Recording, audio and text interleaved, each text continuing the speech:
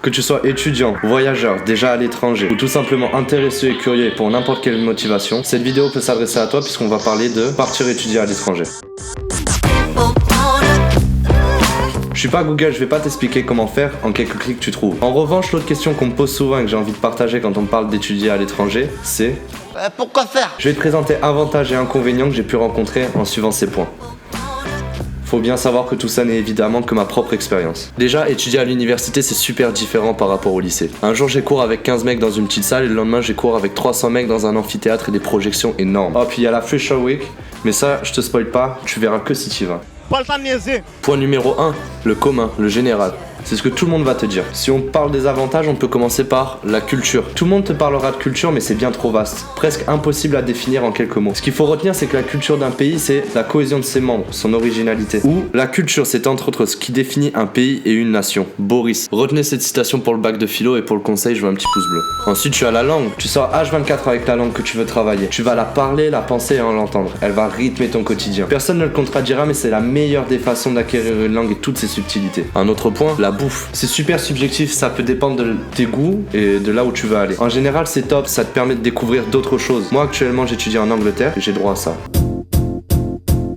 Mais c'est de la merde. Mais il y a forcément des inconvénients. Premièrement, c'est l'inconnu. Ça peut être super dur. Tu peux ressentir ce qu'on appelle un choc culturel. Le choc culturel est une façon d'expliquer pourquoi vous vous sentez différent maintenant que vous êtes dans un autre pays. Et merci Google. Tu ne te pointes pas comme ça dans un pays et tu kiffes. Faut être patient. Mais rassure-toi, ça finit toujours par revenir. Donc on en revient au second point. Il faut une certaine maturité. Tout le monde ne va pas au même rythme. Il faut donc être mentalement préparé pour ce genre d'aventure. Des fois, tu peux te sentir seul. C'est souvent temporaire et surtout au début. Mais une fois qu'on connaît des gens, c'est bon. Une fois qu'on connaît son environnement, tout est réglé. Dernier point, la monnaie. Faut les moyens, il faut que tu penses, il va y avoir l'avion, le stockage, le coût d'études, plein de choses comme ça. Tu peux trouver des solutions, mais reste jusqu'à la fin, on va en parler. On peut passer au deuxième point, le développement personnel. En gros, vous allez apprendre à mieux vous connaître en partant à l'étranger. Si on parle des avantages, vous allez gagner en ouverture d'esprit.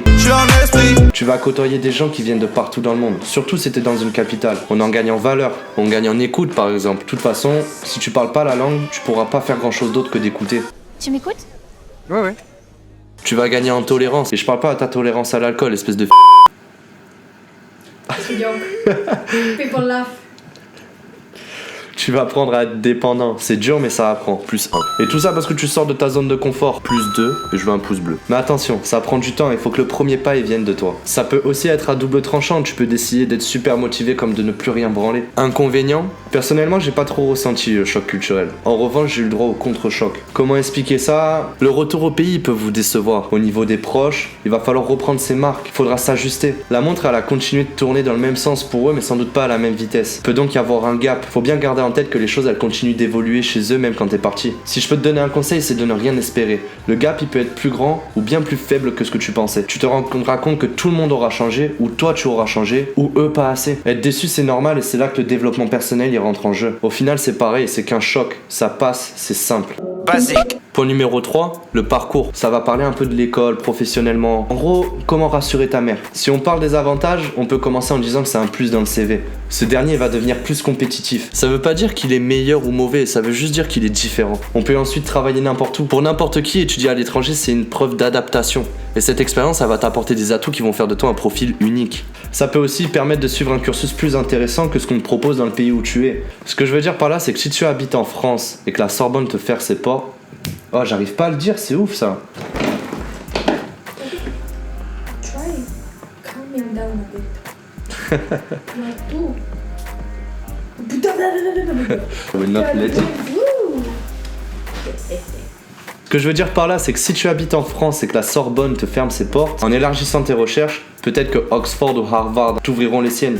Après, j'ai voulu parler des inconvénients sur ce point, mais il n'y en a pas vraiment, donc on va surtout nuancer. Premièrement, le diplôme, il peut ne pas être reconnu. Déjà, c'est un problème si c'est un aller avec retour. Et de deux, il existe beaucoup de solutions aujourd'hui. Tu peux montrer une équivalence, quelque chose du genre. Ça n'arrive plus vraiment. Étudier à l'étranger, c'est devenu quelque chose de commun. Et c'est tout ce que j'ai trouvé pour les inconvénients en vrai. Dernier point, le confort, ton environnement. C'est ce qui va déterminer également tes premiers jours, tes premières semaines, tes premiers mois. Être entouré d'un bon environnement, ça va t'aider à prendre tes marques plus facilement, à t'adapter à ta nouvelle vie. On peut commencer sur le confort du travail. Peut-être que tu vas avoir plus de ressources disponibles sur le plan matériel, humain, l'assistance, et puis sur tes activités, tes hobbies ou trucs du genre. Sur l'adaptation, faut savoir que quand tu rentres à l'université, tous les étudiants ils se retrouvent dans la même merde. Personne ne connaît personne et c'est donc très facile de se faire un cercle. Pareil, inconvénient, le confort au niveau de l'argent. Le budget étudiant il est souvent serré, tout le monde a le portefeuille vide. Mais c'est normal, le budget étudiant il est Putain, no puedo hablar mi propio idioma.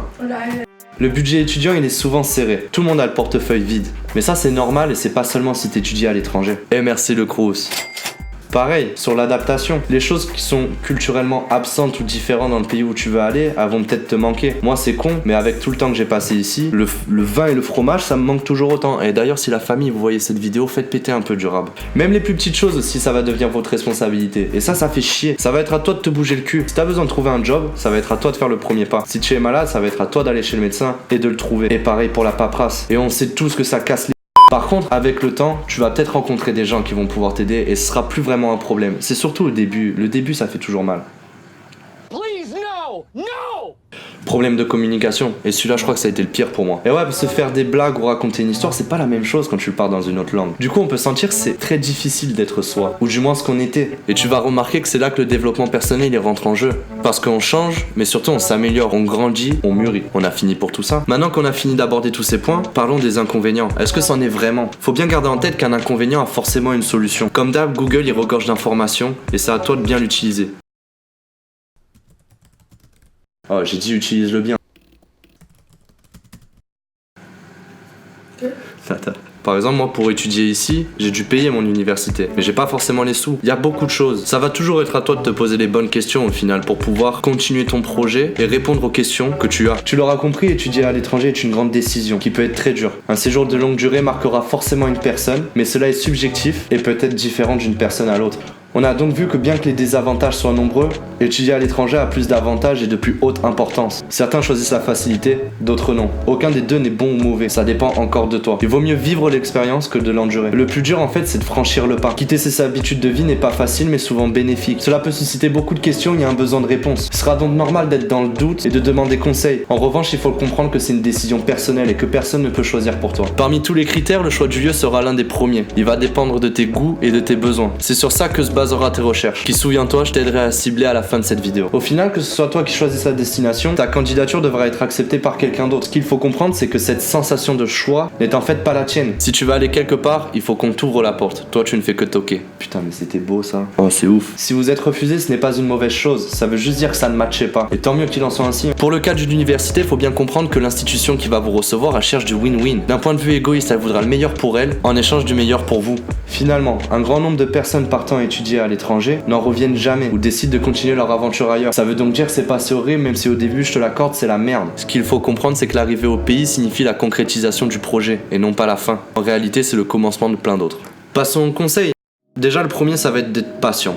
Tout va venir, mais ça va prendre du temps. Ensuite, de bien penser au lieu. Pense si tu veux être super loin, la distance, ou si tu veux un grand jet lag, ou au contraire, rester dans les heures de tes proches. Ensuite, ne reste pas avec des personnes qui parlent ta langue ou qui viennent de ton pays. C'est contre-productif. Après, tu peux aussi dormir en logement étudiant. Ça te permettra de rencontrer du monde bien plus facilement que si tu vivais tout seul. Va rejoindre un club, une society, quelque chose du genre, qui va te permettre de rencontrer du monde tout le temps et d'être en contact humainement. Regarde le site de l'université. Souvent, ils vont créer des événements, des choses du genre, et il y a beaucoup d'informations qui peuvent t'aider. Et bien sûr, si tu vas en Angleterre, la Fresher Week, mais ça, je te dis pas, tu le vois si tu y vas. Celui-ci, ça va être le meilleur conseil que je peux te donner, mais surtout, organise-toi bien. C'est déjà assez dur comme ça, alors n'en rajoute pas. Si t'es organisé, les choses se passeront bien plus facilement. Pareil, pense à ton assurance, ton téléphone, comment tu vas faire, le wifi, trucs du genre. Mais ça, c'est des points, tu vas y penser au fur et à mesure de ta recherche et ça va venir naturellement. Pareil, en faisant tes recherches, tout ça, ça va te venir en tête et tu vas trouver des réponses par toi-même, tout simplement. Il faut juste bien chercher. Et du coup, pour ça, je peux te donner quelques questions qui sont importantes au début quand tu veux savoir comment étudier à l'étranger. Déjà, ça va être important de savoir pourquoi tu veux étudier à l'étranger. Ça va être pour toi personnellement. Ensuite, tu vas te demander et quel pays choisir pour étudier à l'étranger. Bien sûr, se demander comment, quel est le procédé pour y arriver, quand est-ce que c'est le plus avantageux d'étudier dans le pays que tu as choisi, combien de temps dure le programme d'études, quels sont les prérequis pour pouvoir candidater et quels sont les documents évidemment. Sur le plan financier, forcément, il va falloir que tu te demandes combien ça va te coûter de faire ça. Mais tu peux aussi chercher, est-ce que tu peux avoir des aides, est-ce que quelqu'un peut t'aider, enfin voilà, tu peux chercher si tu as des aides. Le logement, où est-ce que tu vas vivre? Forcément, il va falloir que tu le trouves. Ou alors, tu peux décider d'arriver sans même le connaître et là, ça va te rajouter un peu de piment dans l'aventure. Pareil, est-ce que tu as besoin de savoir la langue qui est parlée dans le pays pour y aller? Mon propre avis, ça va être que oui, au moins le basique. Sinon, tu vas te retrouver super perdu et ça va pas être super agréable au début. Du coup, je t'invite à en parler dans les commentaires, poser des questions, je serai là pour y répondre. Tu peux lâcher un like pour ce nouveau type de vidéo. Tu peux également la partager pour qu'un maximum de personnes le voient. Dis-toi que tu peux avoir des proches qui sont super intéressés. Si t'as des bacheliers dans ton entourage, il va falloir qu'ils pensent à ce qu'ils vont faire l'année prochaine, tu vois ce que je veux dire? Donc partage au maximum. Et c'était Fogeshcore. Nice. Oui, fini.